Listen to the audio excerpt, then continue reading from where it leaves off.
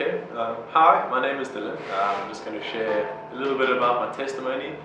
Um, so I'll start sort of in the middle slash the beginning around grade 6 or 7.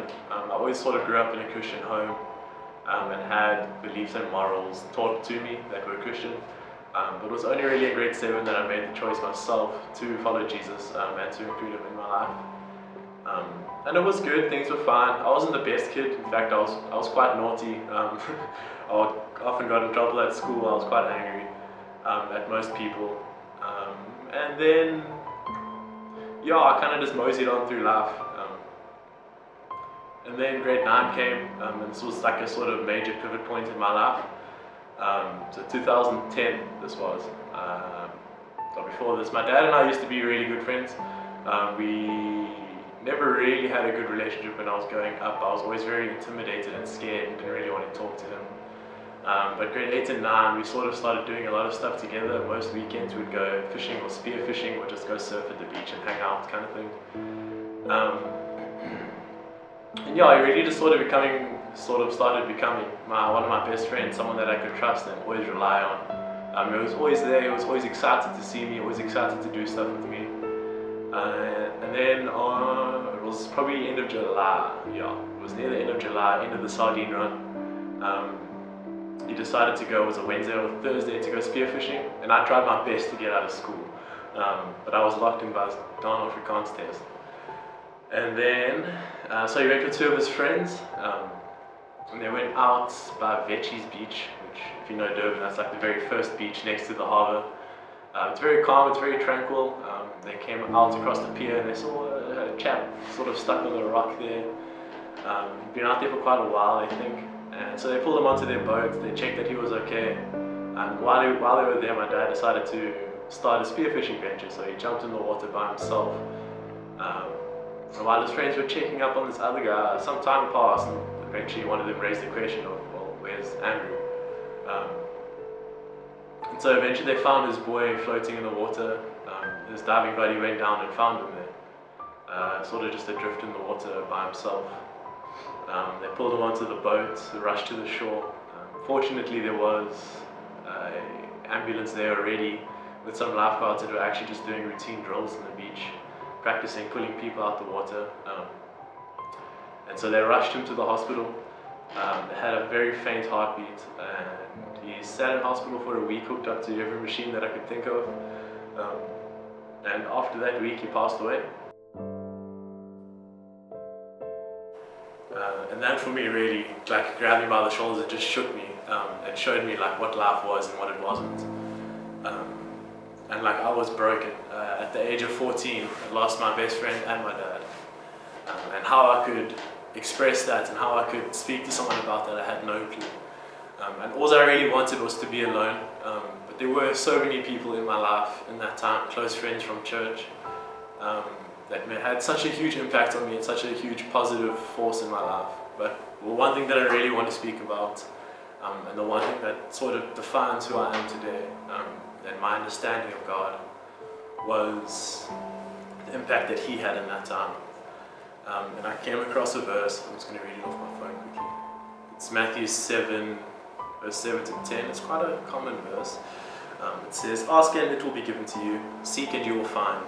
Knock and the door will be open to you. For everyone who asks receives. The one who seeks finds, and the one who knocks the door knocks on and to the one who knocks the door will be opened. Which of you, if your son asks for bread, will give him a stone? Or if he asks for a fish, will give him a snake?" And this raised in my heart, what questions do I need to ask? So the first question that I asked God was, let me trust you, let me trust your plans. I was very young in my faith still. I simply just knew that God was and that God loved. So the first thing I asked was just let me trust you. The second thing that I asked was show me what it means that God is the Father. And wow, He showed me. More than I can express with words what a true Father is, what a Father should be, and how a Father loves. Sure.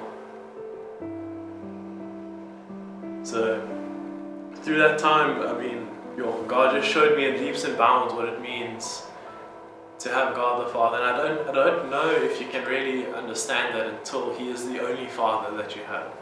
I don't know how else to express it other than He is a complete Father with no flaw, just like His Word says.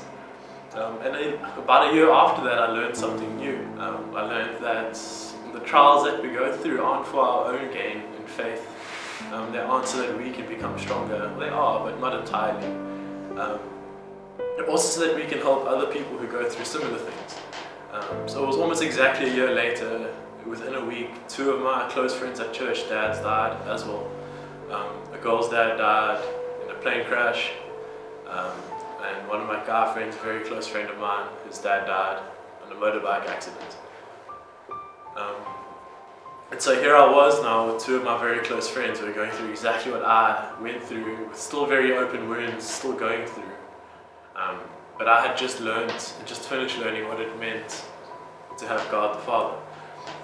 So the girl already had a mentor that she was speaking to, and I sat with the guy for hours, crying and praying, laughing a little, and just talking about what it means to have God the Father. And the second verse from that time is in James. I'm not going to find it now. It says, "Whoever is lacking wisdom, ask for it, and the Father will give it to you generously." And that's what I prayed for in that time. I just said, Lord, these people need my experience, and they need your guidance, and they need you as their Father. Just give me the wisdom to share that with them and to help express that to them. And really, I think God just proved to be so faithful in that time and so caring, not just to me, but to the other people that were going through a similar thing. And so life went on. 2015, Chris Tomlin released a song called Good Father. I just want to read a few words from that quickly. And that song really couldn't express more accurately what it means, I think, to have a father like Jesus or like God is. So some of the lines in that song say, "It's love so," sorry, I can't even word handwriting. "It's love so undeniable, I can hardly speak. Peace so unexplainable, I can hardly think." And I think that just really, that's what consumed me, is love that I couldn't explain, and the peace that He gave me that I couldn't do anything other than acknowledge God's presence and His care for me. And I think that's my story. That's who I am. In the song it says, "It's who I am. It's who I am." And I think that can very quickly define to who I am is loved by God. Who I am isn't defined by my failure, and it isn't defined by my brokenness, but it's who I am is loved by you. And that's who I am.